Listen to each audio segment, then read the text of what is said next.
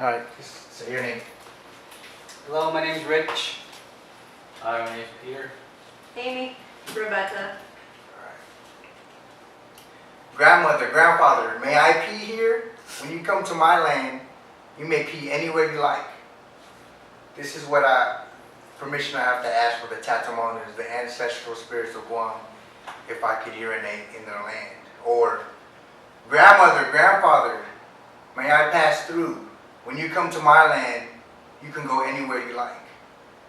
I also have to ask permission from the Tatamonas if I may go through their land also, especially the jungles. Otherwise, I may fall ill.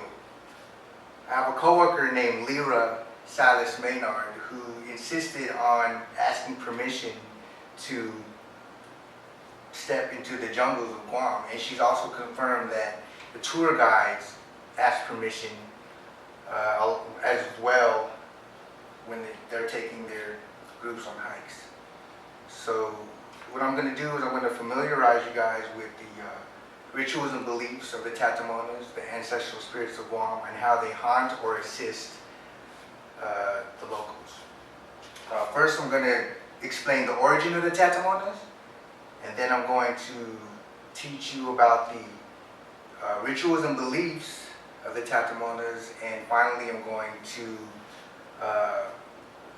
teach you about the Suruhanus, the local healers, the witch doctors. So let's start with the origin of the Tatamonas. According to Donald Soker, in his book, The Tatamona Stories of Guam, he says that Tatamonas are ancestral spirits and are supernatural beings.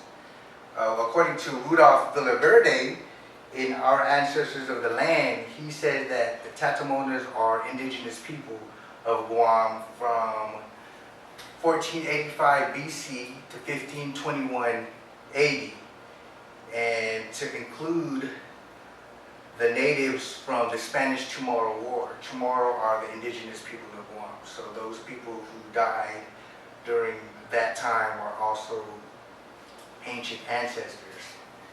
And according to Roger Mitchell in Ancestral Spirits and Hitchhiking Ghosts, Christianity wasn't introduced to the Chamorros before 1521, so the supernatural belief wasn't the same as the Christian perspective.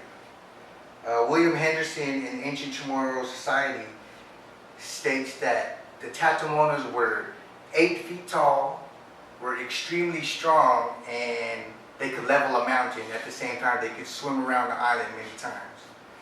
Valverde also specified that Tatamonas have 6-inch teeth and have ferns growing out of their head.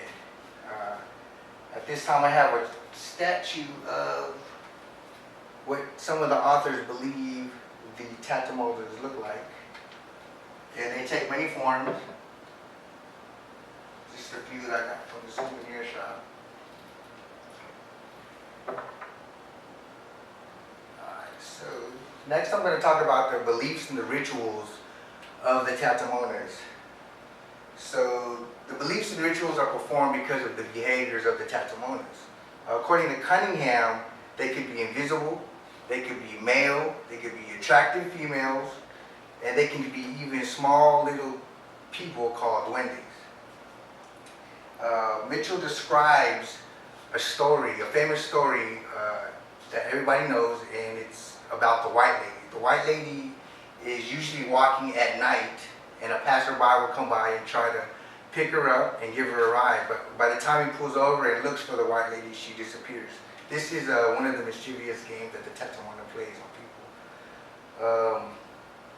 So again, we need to ask permission to enter the lands, otherwise we can get unexplained bite marks on our bodies, pinches, slaps, and even flu-like symptoms. So now what I'm going to teach you about is the Suruhanu, the local healers. These local healers are used to protect the people against any of the things that I mentioned earlier. So Cunningham prescribes that the Suruhanus are herbalists because they collect their plants, they use remedies, especially the banyan tree root sap. And according to Lee Rosales, these flu-like symptoms that you get will reappear once the medications stop. The medications prescribed by the real doctors. So the use of the Suruhanu, according to Donald Soker, says that they're used to look for missing kids and even for preventive measures as asking for forgiveness. So not too many people carry on the role of a Suruhanu because they're so mysterious and there's a lot of ridicule about them. Nonetheless, I agree with Cunningham when he says the belief is steady among the islanders. So what I've done is I taught everybody about the Tatamanus. We recognize the origin of the Tatamanus. We understand the rituals and belief of the Tatamanus, and we understood what the local healers, the Suruhanu, do when they fall sick due to the Tatamanus. All right, so it's up to anybody to do what I mentioned, to ask permission to enter the lands. Just remember, when you take some of these trails with Tyke, there's no porta potties or fixed bathrooms at most of these trails, and so ask yourself why you shouldn't ask to pee, because you got nothing to lose, or do you?